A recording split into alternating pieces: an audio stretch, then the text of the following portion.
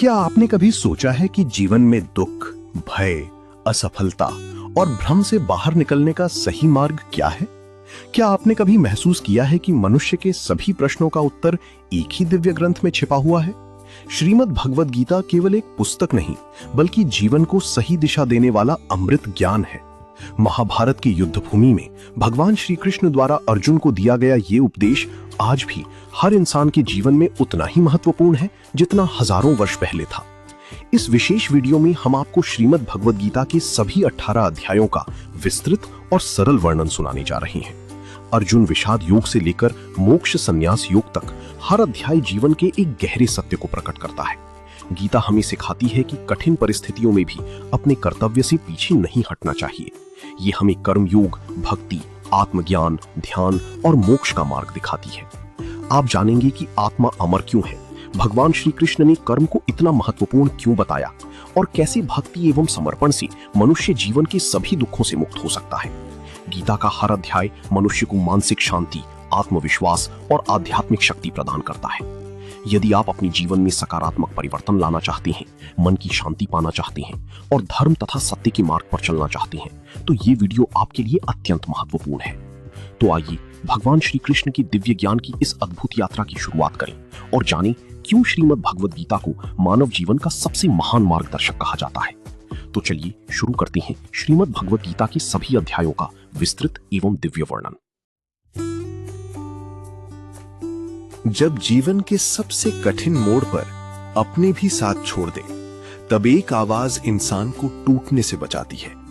कुरुक्षेत्र के मैदान में अर्जुन भी हार मान चुके थे, लेकिन तभी भगवान श्री कृष्ण ने दिया ऐसा गीता उपदेश जिसने सिर्फ अर्जुन ही नहीं, पूरी दुनिया की सोच बदल दी। तो आइए सुनते हैं श्रीमद् भगवद गीता का पहला दिव्य उपदेश।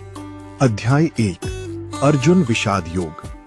महाभारत के महान युद्ध की शुरुआत से पहले का दृश्य अध्याय 1, अर्जुन विषाद योग में वर्णित है। ये अध्याय केवल युद्ध की कहानी नहीं, बल्कि मानव जीवन के गहरे मानसिक संघर्षों को भी दर्शाता है।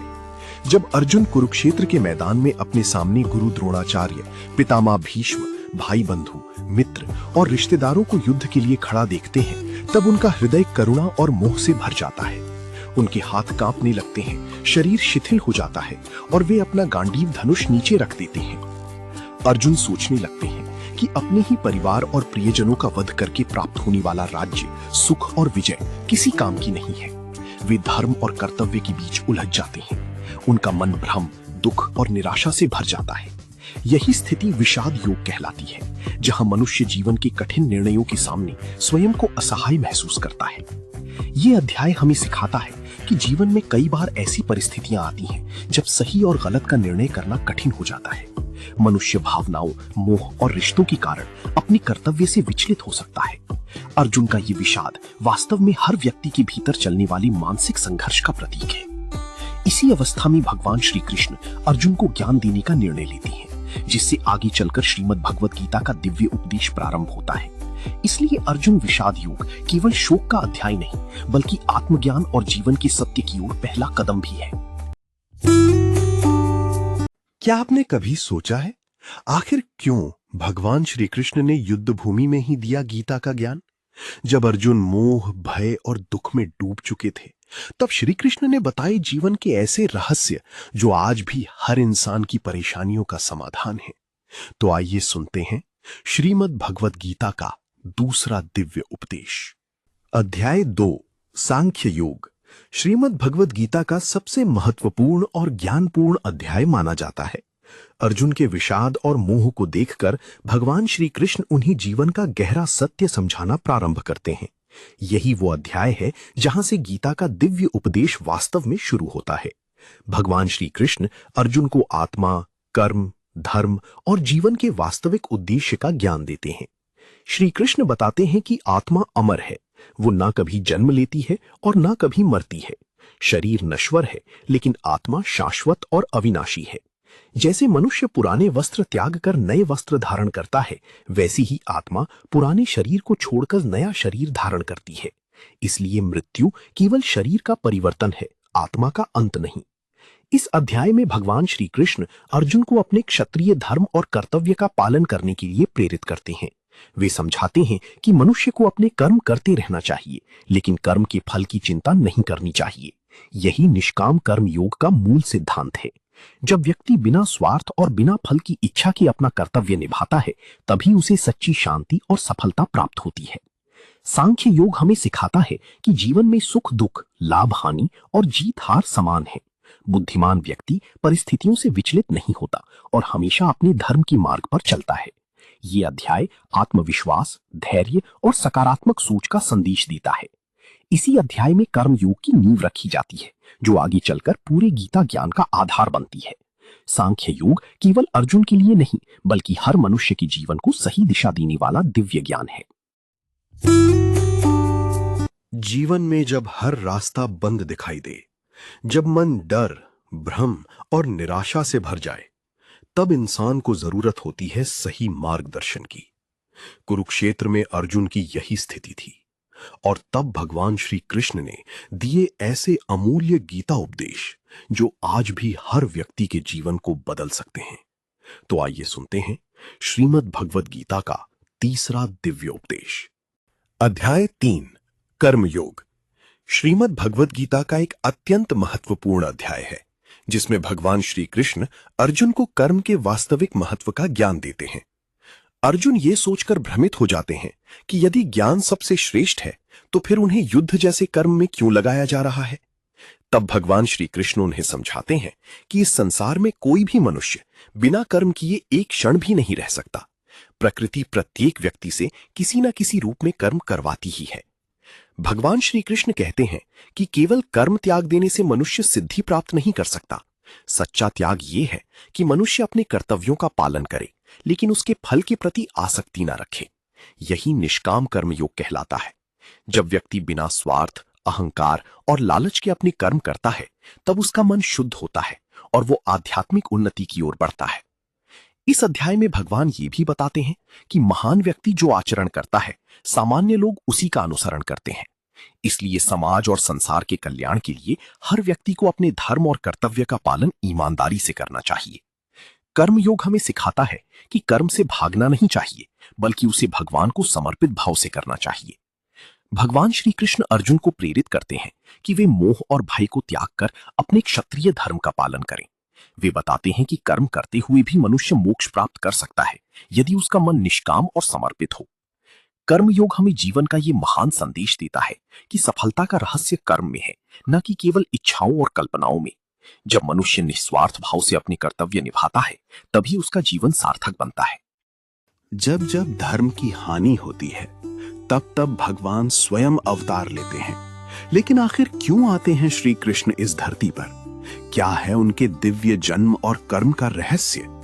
जानिए श्रीमद् भगवद गीता के अध्याय 4 में, जहां भगवान श्री कृष्ण ने दिया ज्ञान, कर्म और अवतार का सबसे बड़ा रहस्य। अध्याय 4, ज्ञान कर्म संन्यास योग। श्रीमद् भगवद गीता का एक अत्यंत दिव्य और ज्ञानपूर्ण अध्याय है। इस अध्याय में भगवान श्री कृष्ण अर्जुन को अपने दिव्य स्वरूप, अवतारों के रहस्य और सच्चे ज्ञान का महत्व समझाते हैं। भगवान बताते हैं कि ये सनातन योग उन्होंने सबसे पहले सूर्य देव को दिया था, जो समय के साथ लुप्त हो गया। अब वही दिव्य ज्ञान वे अर्जुन को प्रदान कर रहे हैं। इस अध्याय का सबसे प्रसिद्ध संदेश है, जब जब धर्म की हानि और अधर्म की वृद्धि होती है, तब तब मैं अवतार लेता हूं। भगवान श्री कृष्ण कहते हैं कि वे सज्जनों की रक्षा, दुष्टों के विनाश और धर्म की पुनः स्थापना के लिए युग युग में अवतार धारण करते हैं। उनका जन्म और कर्म सामान्य मनुष्यों की तरह नहीं, बल्कि दिव्य और अलौकिक होते हैं। भगवान श्री कृष्ण इस अध्याय में ज्ञान, कर्म और भक्ति के गहरे संबंध को भी समझाते हैं। वे कहते हैं कि सच्चा ज्ञान मनुष्य के सभी पापों और अज्ञान को नष्ट कर देता है। जिस प्रकार अग्नि लकड़ी को भस्म कर देती है, उसी प्रकार ज्ञान कर्मों के बंधनों को समाप्त कर देता है। इसलिए मनुष्य को ज्ञान प्राप्त करने के लिए विनम्रता, श्रद्धा और गुरु की सेवा का मार्ग अपनाना चाहिए। इस अध्याय में कर्म संन्यास का अर्थ कर्म छोड़ना नहीं, बल्कि कर्मों के फल के प्रति आसक्ति का त्याग करना बताया गया है।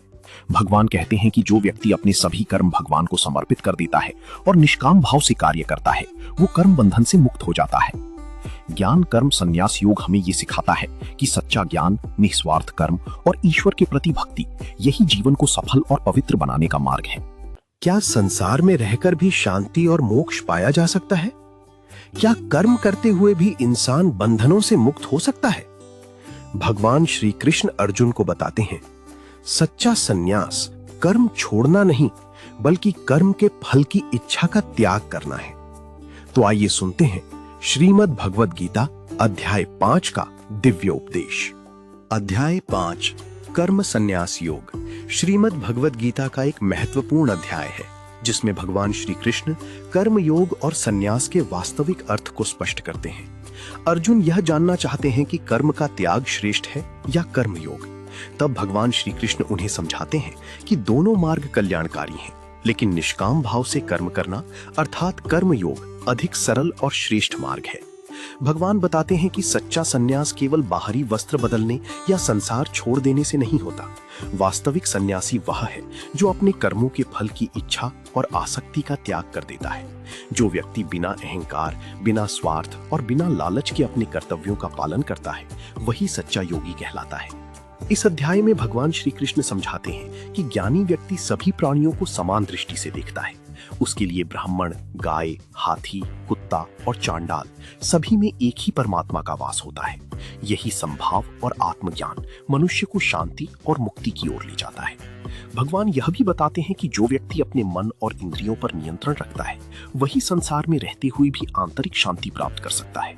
ऐसा व्यक्ति कर्म करता हुआ भी कर्मों के बंधन में नहीं बंधता, क्योंकि उसका मन ईश्वर में स्थित रहता है। कर्म संन्यास योग हमें यह सिखाता है कि जीवन से भागना नहीं, बल्कि अपने कर्तव्यों को ईश्वर को समर्पित भाव से निभाना ही सच्चा योग है। निष्काम कर्म, संभाव और आत्मसंयम ही जीवन को पवित्र और सफल बनाते हैं। यह अध्याय हर व्यक्ति को यह प्रेरणा देता है कि संसार में रहकर भी आध्यात्मिक जीवन जिया जा सकता है और कर्म करते हुए भी मोक्ष प्राप्त किया जा सकता है। मनुष्य का सबसे बड़ा शत्रु कौन है? उसका अपना चंचल मन, जिसे नियंत्रित करना सबसे कठिन माना गया है। लेकिन भगवान श्री कृष्ण बताते हैं कि अभ्यास और ध्यान से मन को भी वश में किया जा सकता है। तो आइए सुनते हैं श्रीमद् भगवद गीता अध्याय 6 ध्यान योग का दिव्य उपदेश। अध्याय 5 कर्म संन्यास योग श्रीमद् भगवद गीता का एक महत्वपूर्ण अध्याय है, जिसमें भगवान श्री कृष्ण कर्म योग और संन्यास के वास्तविक अर्थ को स्पष्ट करते हैं। अर्जुन यह जानना चाहते हैं कि कर्म का त्याग श्रेष्ठ है या कर्म योग। तब भगवान श्री कृष्ण उन्हें समझाते हैं कि दोनों मार्ग कल्याणकारी हैं, लेकिन निष्काम भाव से कर्म करना अर्थात कर्म योग अधिक सरल और श्रेष्ठ मार्ग है। भगवान बताते हैं कि सच्चा संन्यास केवल बाहरी वस्त्र बदलने या संसार छोड़ देने से नहीं होता। वास्तविक सन्यासी वह है जो अपने कर्मों के फल की इच्छा और आसक्ति का त्याग कर देता है। जो व्यक्ति बिना अहंकार, बिना स्वार्थ और बिना लालच के अपने कर्तव्यों का पालन करता है, वही सच्चा योगी कहलाता है। इस अध्याय में भगवान श्री कृष्ण समझाते हैं कि ज्ञानी व्यक्ति सभी प्राणियों को समान दृष्टि से देखता है। उसके लिए ब्राह्मण, गाय, हाथी, कुत्ता और चांडाल सभी में एक ही परमात्मा का वास होता है। यही संभाव और आत्मज्ञान मनुष्य को शांति और मुक्ति की ओर ले जाता है। भगवान यह भी बताते हैं कि जो व्यक्ति अपने मन और इंद्रियों पर नियंत्रण रखता है, वही संसार में रहते हुए भी आंतरिक शांति प्राप्त कर सकता है। ऐसा व्यक्ति कर्म करता हुआ भी कर्मों के बंधन में नहीं बंधता, क्योंकि उसका मन ईश्वर में स्थित रहता है। कर्म संन्यास योग हमें यह सिखाता है कि जीवन से भागना नहीं, बल्कि अपने कर्तव्यों को ईश्वर को समर्पित भाव से निभाना ही सच्चा योग है। निष्काम कर्म, संभाव और आत्मसंयम ही जीवन को पवित्र और सफल बनाते हैं। यह अध्याय हर व्यक्ति को यह प्रेरणा देता है कि संसार में रहकर भी आध्यात्मिक जीवन जिया जा सकता है और कर्म करते हुए भी मोक्ष प्राप्त किया जा सकता है। क्या आपने कभी सोचा है, इस पूरे संसार का वास्तविक आधार कौन है? भगवान श्री कृष्ण अर्जुन को बताते हैं कि जल में रस, सूर्य में प्रकाश और हर जीव में चेतना सब उन्हीं से है। लेकिन फिर भी लोग उन्हें पहचान क्यों नहीं पाते? जानिए श्रीमद् भगवद गीता अध्याय 7 में ज्ञान और विज्ञान योग का दिव्य रहस्य।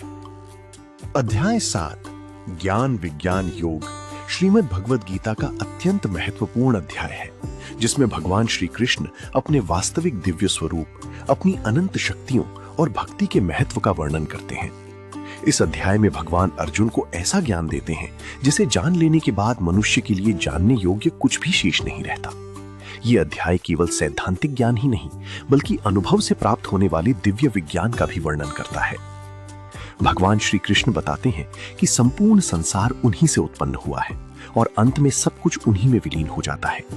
पृथ्वी, जल, अग्नि, वायु, आकाश, मन, बुद्धि और अहंकार, ये सभी भगवान की भौतिक शक्तियां हैं। इनके अतिरिक्त जीवात्मा भगवान की उच्च शक्ति है जो इस संसार को चलाती है। भगवान ही इस संपूर्ण सृष्टि के आधार और पालन करता है। इस अध्याय में भगवान ये भी बताते हैं कि उनकी माया अत्यंत शक्तिशाली है जिसे पार करना आसान नहीं है, लेकिन जो व्यक्ति पूर्ण श्रद्धा और भक्ति से भगवान की शरण में आता है वो इस माया को पार कर सकता है।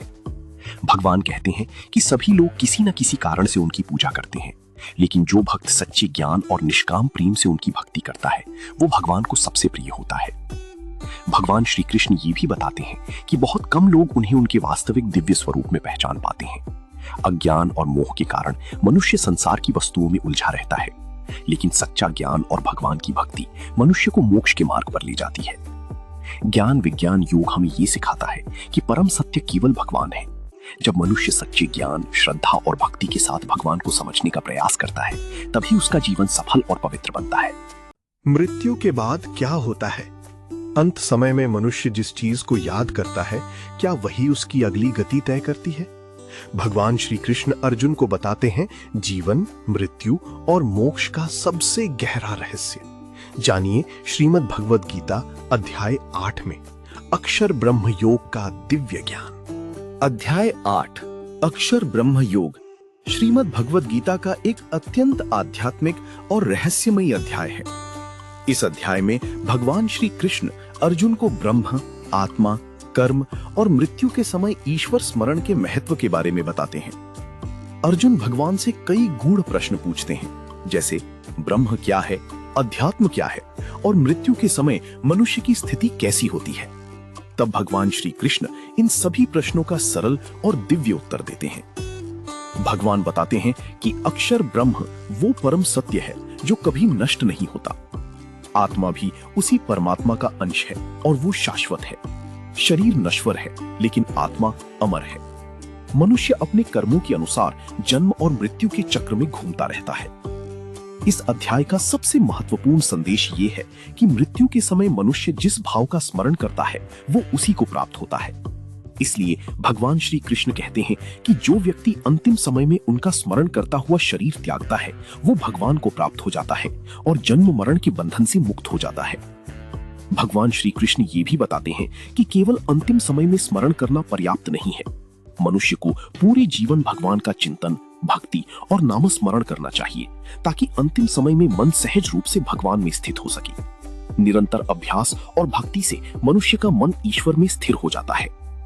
इस अध्याय में योग, ध्यान और ओम के जाप का भी महत्व बताया गया है। भगवान कहते हैं कि जो भक्त श्रद्धा और एकाग्रता से उनका ध्यान करता है वो परम धाम को प्राप्त करता है। अक्षर ब्रह्म योग हमें ये सिखाता है कि जीवन का अंतिम लक्ष्य परमात्मा की प्राप्ति है।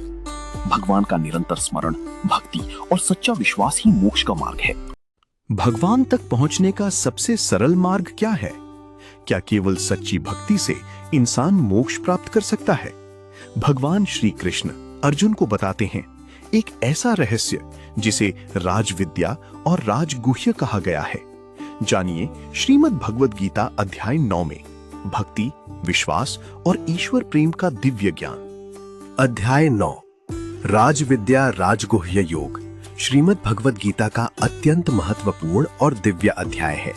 इसे गीता का सबसे गुप्त और श्रेष्ठ ज्ञान कहा गया है। भगवान श्री कृष्ण अर्जुन को ऐसा ज्ञान प्रदान करते हैं जो पवित्र, सरल, कल्याणकारी और सीधे आत्मा को परमात्मा से जोड़ने वाला है। यह अध्याय भक्ति के महत्व और भगवान की अनंत करुणा को दर्शाता है।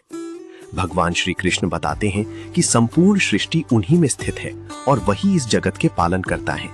वे सब जगह उपस्थित होते हुए भी किसी बंधन में नहीं बंधते। उनकी दिव्य शक्ति से ये संसार चलता है, लेकिन लोग अज्ञान के कारण उनके वास्तविक स्वरूप को पहचान नहीं पाते। इस अध्याय में भगवान भक्ति को सबसे सरल और श्रेष्ठ मार्ग बताते हैं। वे कहते हैं कि जो व्यक्ति सच्चे मन, श्रद्धा और प्रेम से उनकी भक्ति करता है वह उन्हें अत्यंत प्रिय होता है। भगवान अपने भक्तों की रक्षा स्वयं करते हैं और उनके जीवन का भार भी उठाते हैं। भगवान श्री कृष्ण का प्रसिद्ध वचन है कि यदि कोई भक्त प्रेम से एक पत्ता, फूल, फल या जल भी अर्पित करता है तो तो वे उसे प्रेम पूर्वक स्वीकार करते हैं। भगवान ये भी बताते हैं कि चाहे मनुष्य कितना भी पापी क्यों ना हो, यदि वह सच्चे हृदय से भगवान की शरण में आ जाए और भक्ति करे तो वह भी धर्मात्मा बन सकता है। भगवान के लिए सभी समान हैं, वे किसी से द्वेष नहीं करते और ना किसी के प्रति पक्षपात करते हैं। राजविद्या राजगुह्य योग हमें ये सिखाता है कि सच्ची भक्ति, प्रेम और समर्पण से भगवान को प्राप्त किया जा सकता है। ईश्वर केवल बाहरी दिखावे से नहीं, बल्कि शुद्ध हृदय और सच्चे प्रेम से प्रसन्न हो।